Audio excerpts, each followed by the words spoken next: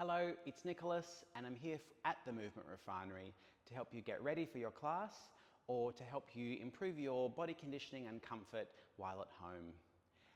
This is a little mixed bag but is focusing across the pelvis mainly. So let's come into the all fours position. If you'd prefer to do this standing over a bench or in another more accessible way, please go for it. Just let's start with a little rock back in toward a child's pose position and then coming forward. Let's do 5 reps. Don't think too much about this. This is your mental holiday. Usually I don't get to say that. So we're just rocking back and forward. Once you've hit your 5, what I'd like you to do is straighten a leg out to the side and continue with the rocking. So obviously you'll need fair degree of comfort and range through your knees to do this, but work within what you have. If you can't come into flexion, but you're happy kneeling, you might prefer to look at the forward range. If you're lucky to have knee joints that go in all directions with relative comfort, feel free to go forward and backward. Really what we're doing is stretching the adductor of the other side. And this is just a nice way to get some cross-planal movement through your pelvis and leg before you get sandwich pressed on the reformer. I'm going to add a little bit of a circle. So it's a bit of a semicircle. Come forward, out to the side and back. One more. And then over the other way, so out to the side, forward and back. So counterclockwise for a few and clockwise for a few. It really doesn't matter which way you go first, as long as the clock is working. Let's come to the other leg. So we're in the tripod position, child pose rocking. 5 reps, 23 reps. Depends on how much time you have. And then if you want to add the forward action as well, thinking about Pilates down stretch, you are absolutely welcome. What we're trying to do is lubricate all those joining articulations through the pelvis and lower back and get you ready for class, which often starts quite in the sagittal plane, like the train tracks of the exercise world. We're going to add that circle. But of course we know about the pelvis and the attachment muscles being quite tight and giving us kind of grumpy lower backs, or with tight adductors sometimes it's hard to access your abdominals or your center. So just different ways to loosen you up. And maybe you're not doing this before class. Maybe you're doing this after a day of work, before you have a glass of wine or some dinner and you just need a few minutes to yourself. Okay, tripod lunge. Tick, tick, tick. L-sit. So again, looking at that pelvic attachment and helping us build our classical Pilates L-sit positions, of which there are many, I just want you to start with a little light lift and down. Then as you get that lift and lower, try to keep your torso upright. I'm recovering from a little, but semi-frequent nerve issue in my back, so I'm just going to stay in the upright position. If this is too much of a challenge, what you can do is recline onto your forearms and you'll feel your leg rise up higher. What I want you to do is commit to going just at the height of your other leg. Just up and down. If you're in a position where you can lean forward over your leg and lift it, then please do. So looking at that compression ability, or the ability to be in flexion and then increase the flexion, which we need for rowing, for tendon stretch, for elephant, for teaser, and the list goes on. So we've just been doing a single lift and lower. I would do 10 each side and take a break. When you're comfortable with that, you're going to lift and hold for 30 to 60 seconds and aim for three 30 to 60 seconds each side alternating. We're warming up those deep connections of your hip flexing muscles. Okay, on your back. So often we say, make sure you're warmed up for class, and people do kind of stretchy things which feel delightful. But after footwork, your first exercise in the reformer, is the 100, and then it's the overhead. And I often find that people are ill-prepared. So looking at a warm-up like this might set you up more appropriately for class, so that the first exercises aren't so assaulting. Okay, so we've just looked at our lifting a leg. Now we'll look at lifting the torso. Just going to move this. Simple chest lift with the arms in the advanced roll-up position. Breathing in and breathing out. And I'm really trying to lift my body from my center, not from my skull. So often we see people really strain the neck to come forward. I want you to use your abdominal muscles the way they're intended to winch your spine up. And now we're going to add a low leg lift.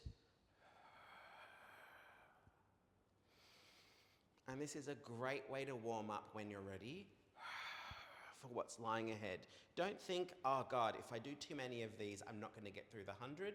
Doesn't work like that. But if that is your experience, I would stay in the 100 and lower or bend my legs, or I would cut the arm pumping and breathe. We're less focused on the endurance in the position and more thinking about how can you find that connection into your body. When you're ready and you are connected, you're going to lift both ends in a low, hollow body position. So we're keeping that connection to the table, and we're trying to stay here for at least 5 breaths, and then you're going to lie down with control. Breathing in, and then strong arms, pushing overhead, lift up. Check that you haven't extended your lower back. You're going to stay here for 5 full breaths. And then when you're done, lower both ends, preferably at the same time, and relax a little bit. While we're here, we'll just do a few windscreen wipers. I'm taking my legs wider than the mat, just so I can get some twist.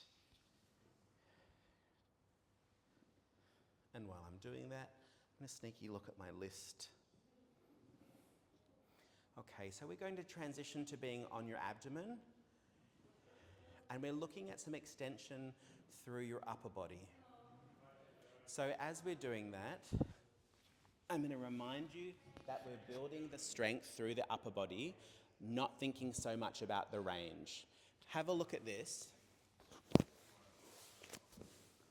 So instead of thinking about swan coming up to straight arms, what I'd like you to do is just lift the torso a small amount to there, and your arms can be in any position.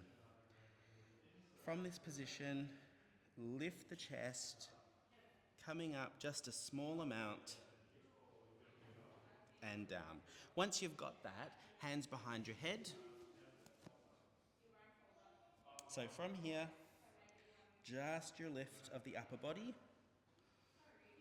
and then take it down.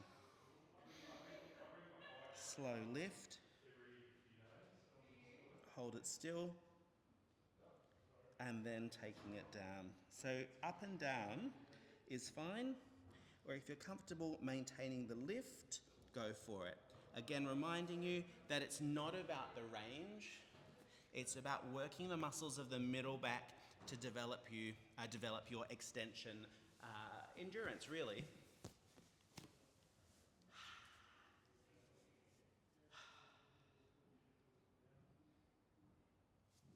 Okay, you're going to lift a leg, so the leg is bent. Lift it a little bit, externally rotate it, and take it out to the side.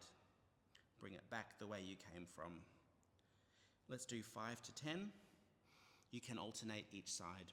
Lift, externally rotate, bring it back, and down. So lift, externally rotate, then bring it up a little bit more, and down. What we're thinking about is a full circle one day. Not possible when you're face down. But what we're really wanting to find is lift, spin the thigh without moving the pelvis. So find that spin and then keep the spin of the thigh bone, but don't move your pelvis as you open. Let's look at the other side. From here, externally rotate, internally rotate back to center. Just a couple of times. Lift. This is definitely a bit of a weakness of mine.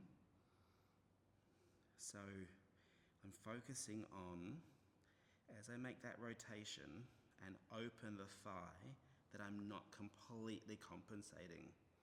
A little roll across the front of the pelvis is fine, but don't overdo it.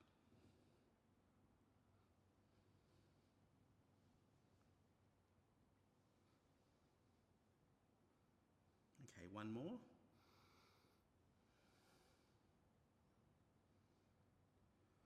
And now just to finish this little series, have a little bit of a on your tummy windscreen wiper. So we're just going to rotate from side to side, keep the head down. If my leg goes one way, my head goes the other way. Up.